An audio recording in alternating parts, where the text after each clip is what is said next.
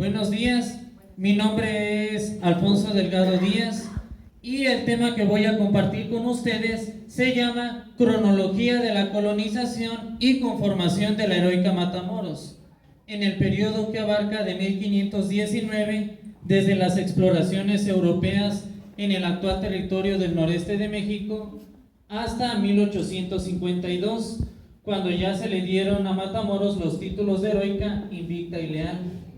Siguiente. En la primera diapositiva vamos a hablar sobre la llegada de Alonso Álvarez de Pineda y Cabeza de Vaca. Estos dos exploradores españoles fueron los primeros europeos en realizar expediciones y exploraciones en el norte de Tamaulipas y sur de Texas. En este caso, Alonso Álvarez de Pineda llega a la costa del actual Seno Mexicano, a las costas del Seno Mexicano en 1519, que actualmente es el estado de Tamaulipas.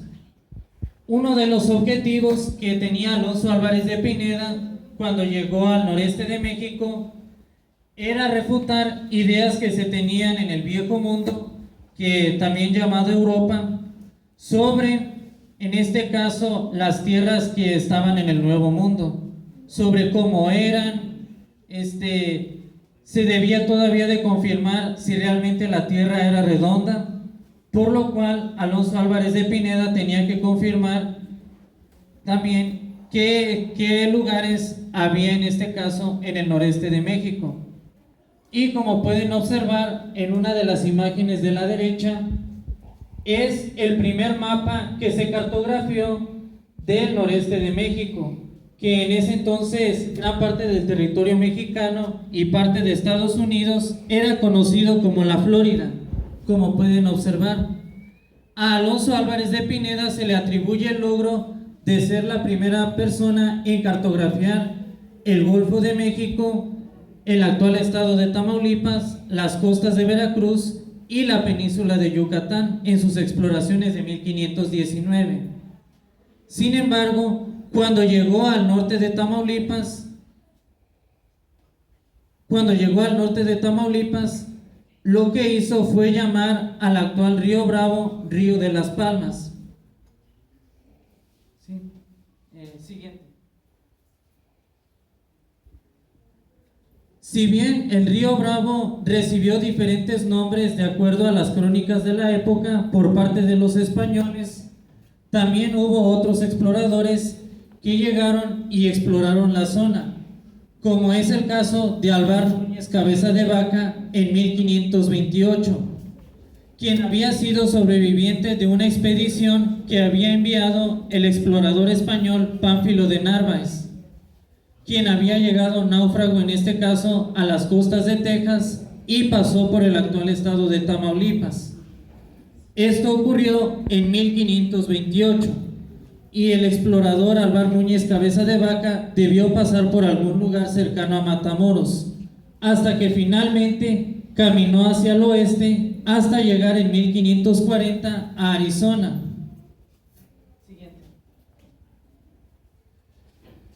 Según una investigación reciente y un documento que se compartió en el Archivo Histórico de Matamoros, se descubrió que en la década de 1520 ya se había dado un nombre al actual territorio de Matamoros y otras regiones del norte de Tamaulipas.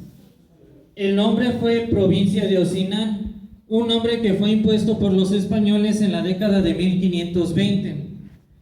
Y de acuerdo a ese documento, como pueden observar, de historia y leyenda, datos históricos de la heroica Matamoros, Tamaulipas, los españoles acostumbraban a poner nombres a los diferentes territorios descubiertos de acuerdo a las lenguas nativas indígenas del estado de Tamaulipas. ¿Sí?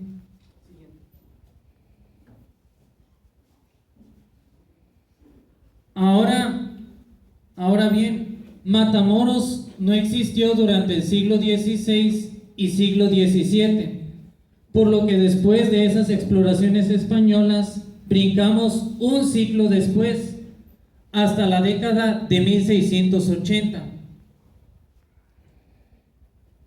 Ahí se enteran en Monterrey que un grupo de franceses se habían establecido en la actual bahía de Matagorda, en el actual estado de Texas. Dichos grupos de franceses estaban al mando del capitán francés René Robert Cavalier, apodado el Señor de la Salle, por lo cual tuvieron que comisionar al capitán y explorador español Alonso de León, apodado el Mozo, con el objetivo de expulsar a estos invasores franceses. El 12 de julio de 1689 llega el explorador Alonso de León, el Mozo, a las costas del noreste de México, por lo cual decide establecer sus reales en lo que hoy es Matamoros, frente al Instituto Tecnológico de Matamoros, por lo cual Alonso de León recorrió diferentes zonas del actual territorio de Matamoros, descubriendo también, pasando por diferentes lugares como el Ejido La Gloria, el Ejido El Ebanito, que aún no existían, pero que ya el explorador español se estaba dando cuenta de que este territorio estaba conformado por diferentes lagunas, diferentes esteros, y con ello en 1689 se le bautizó al territorio como San Juan de los Esteros, llegando a la conclusión también de que el río Bravo era un lugar navegable y que San Juan de los Esteros era un excelente lugar para la cría de ganado. Sí, siguiente. Pasaron las décadas y ya para el siglo XVIII ya se estaban estableciendo diferentes colonos en el territorio de San Juan de los Esteros. En 1772 ya se tenía conocimiento de que a nuestro territorio ya se le llamaba también Rancho de San Juan de los Esteros. ¿Sí? Esto era debido a que 13 familias de Camargo y una de Reynosa establecieron sus predios o ranchos en el actual territorio de Matamoros, llamado en ese entonces también Rancho de San Juan de los Esteros. Y por ello también deciden comprar 113 sitios de ganado mayor a la casa de Antonio de Urizar, un famoso comerciante de la época y terrateniente, quien en este caso tenía una gran extensión territorial de lo que es el rancho de San Juan de los Esteros. No hay aún una fecha específica en la cual llegaron todos los colonos que se establecieron aquí en Matamoros. Sin embargo, el ejido mejor documentado hasta la fecha es el ejido El Soliceño, que según el historiador nativo del ejido, ese ejido se fundó el 5 de enero de 1766, siendo hasta ahora el ejido mejor registrado en lo que actualmente es Matamoros, y que perteneció en este caso al rancho de San Juan de los Esteros.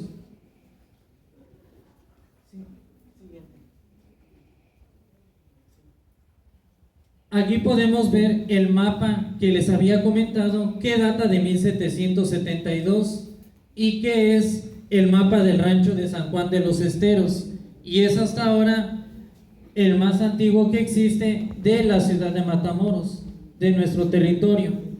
Ahí se puede ver que cartografiaron el río Bravo, se pueden ver las pequeñas viviendas hechas de paja y de palma. Se puede ver también la cantidad de esteros que había en lo que ahora es Matamoros. De hecho, los esteros beneficiaron mucho también en las actividades de la pesca de nuestros primeros fundadores de lo que actualmente es Matamoros.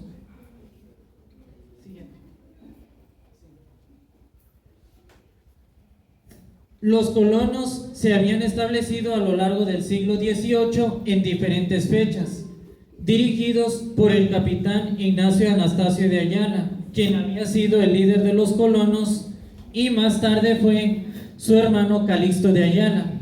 Sí. De hecho, hay una calle que está ubicada cerca del centro histórico, llamada Calixto de Ayala. ¿Sí? Y no sería hasta 1793 cuando dos misioneros franciscanos originarios del convento de Guadalupe, Zacatecas, en 1793, llegan al rancho de San Juan de los Esteros, Manuel Julio Silva y Francisco Puelles, quienes al observar el rancho y el crecimiento que había tenido, deciden bautizarlo como Congregación de Nuestra Señora del Refugio, erigiendo también la primera iglesia, trazando una plazoleta, la cual se ubicaba en la escuela Franklin D. Roosevelt actualmente, en las calles Bustamante, entre 12 y 13. Y a partir de ahí, en 1793, el rancho de San Juan de los Esteros pasa a llamarse Congregación de Nuestra Señora del Refugio. Siguiente. Ese nombre lo conservó el actual Matamoros durante el periodo virreinal y todavía en los primeros años del México independiente, hasta que el 28 de enero de 1826, siendo gobernador del estado Lucas Fernández, se emite el decreto número 12 del Congreso del Estado, mediante el cual se le otorga el título de Villa de Matamoros a la Congregación de Nuestra Señora del Refugio, siendo así de que este nombre se conserva aún en nuestra ciudad en la actualidad, pasando así ahora a Villa de Matamoros. Y aquí tenemos aquí a la derecha el decreto número 12 y a la izquierda don Mariano Matamoros Guridi, a quien se le dio el nombre en honor a él, siendo él uno de los héroes de la Guerra de Independencia, pero por parte del bando insurgente que combatió a los realistas junto a José María Morelos.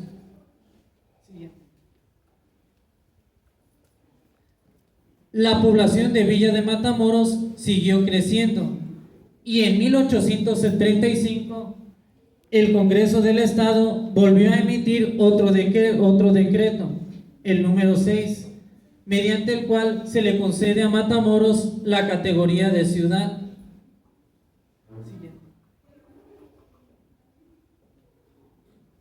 Ahora bien, en 1851, ahora sí se le agrega a la ciudad a la Villa de Matamoros, a la ciudad de Matamoros, los títulos de heroica, invicta y leal que todavía se conservan.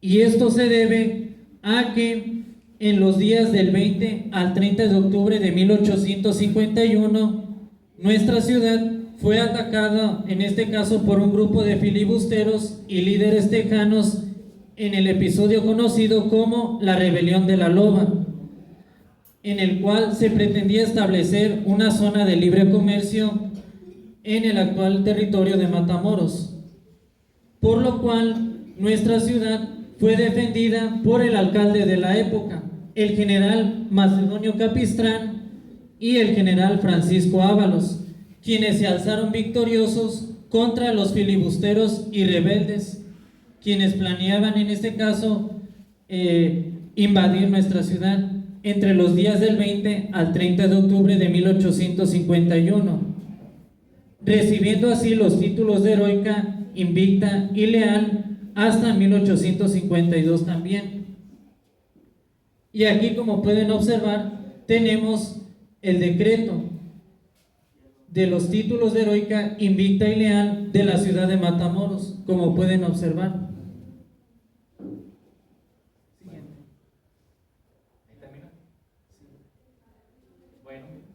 Esto sería todo en la exposición de esta cronología. Espero que les haya gustado mucho y muchas gracias.